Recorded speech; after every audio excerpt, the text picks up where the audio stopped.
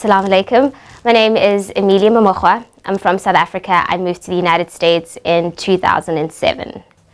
I was always intrigued. I've been living here for 4 years, and there was something missing. I just didn't know what it was, and I just started going to the mosque. And I was there every Friday, but I still had questions. There wasn't anybody in the mosque to answer my questions, because obviously everybody comes to Jummah prayer, and after that some people have to rush back to work. So I didn't really know who I can talk to. So I started doing some research, watching videos, and then I was looking for dawah centers close to my area, and I came across the Why Islam Center. So I came in here and I had a nice long conversation with the sister, and then I took my shahada. And ever since then, Why Islam has been really helpful. They offer Arabic classes online, so you don't have to come in every day. If you have a really busy schedule, you can just log in. And they also offer start beginners classes for new Muslims, which has been really helpful. And they have it's like a family, because when I found out that my father had passed away, I actually called this place first, and I came here and I spoke with the lady upstairs. So they've been really helpful. I feel like a new person. It's definitely, my life has changed a lot, which has been good. I obviously pray, and that's been very, very helpful. Especially after my father passed away, I remember the first thing I did was I prayed, and that helped. It was like a soothing, a comforting thing. That was the hard part, because obviously, my mom's Christian, and she also has her other traditional beliefs. So she didn't really understand why I took it and why I became Muslim, but she's now eventually starting to understand. And I had told my dad, mashallah, before he passed away, and he was just happy with it. He was always just about, you have to pray. But my mom was hard to let her know, that, because people, obviously the first thing they're going to go is oh, it's a strict religion, why would you do that? But every religion is strict. That's how I see it.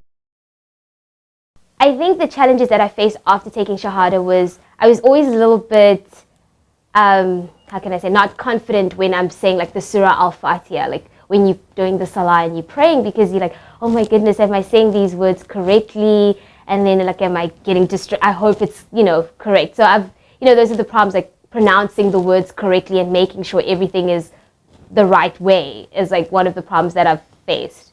But other than that, I think I've had a good support system. The website was kind of just a guide to say, okay, come to Why Islam Center. And when I got here, that's when all the questions that I had to ask, we spoke about it. But the books are definitely a good guide as well, because there's a book, a history book that they give you, stuff that was discovered in the Quran way before scientists even discovered, which I thought was really cool.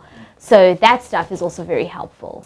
The video is very good, because the video starts off with a story about the Prophet Muhammad. So that helps you understand how he got the Quran. And then the video shows you a step-by-step way of how you should do the Salah, how to do wudu, which is helpful, because I think visual helps you instead of just reading it. It helps you to keep up to date with how you should do Salah and how you should do wudu if ever you get lost. And then they also give you flashcards. So when you're praying, you can put the flashcards on the floor, and if you don't understand it, you can read until you finally get to memorize the Surah Al-Fatiha. But until then, you have pictures right next to the flashcards to show you what you should do. So the visual helps a lot. I would, if you're looking for information and not sure yet, I would say still look.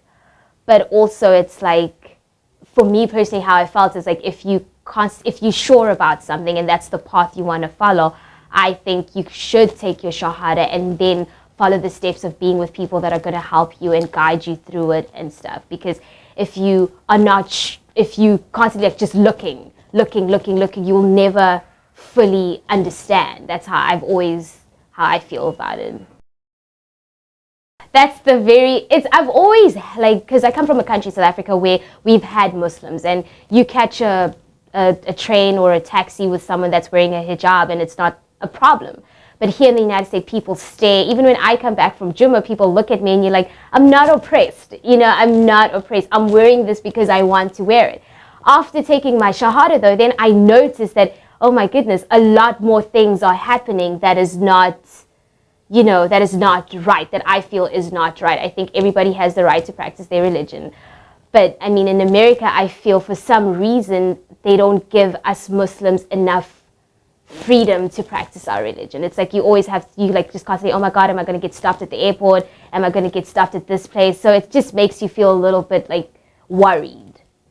And after I took my Shahada, I read this article actually where there were, I guess, what happened in Newark with the Muslims in Newark. And I was like, that is not fair. Like these, you know, you have students that just want to be together and discuss, you know, Islam. And then all of a sudden you can't really do that because you don't know if you're being watched or, you know, so it's very interesting, the dynamics.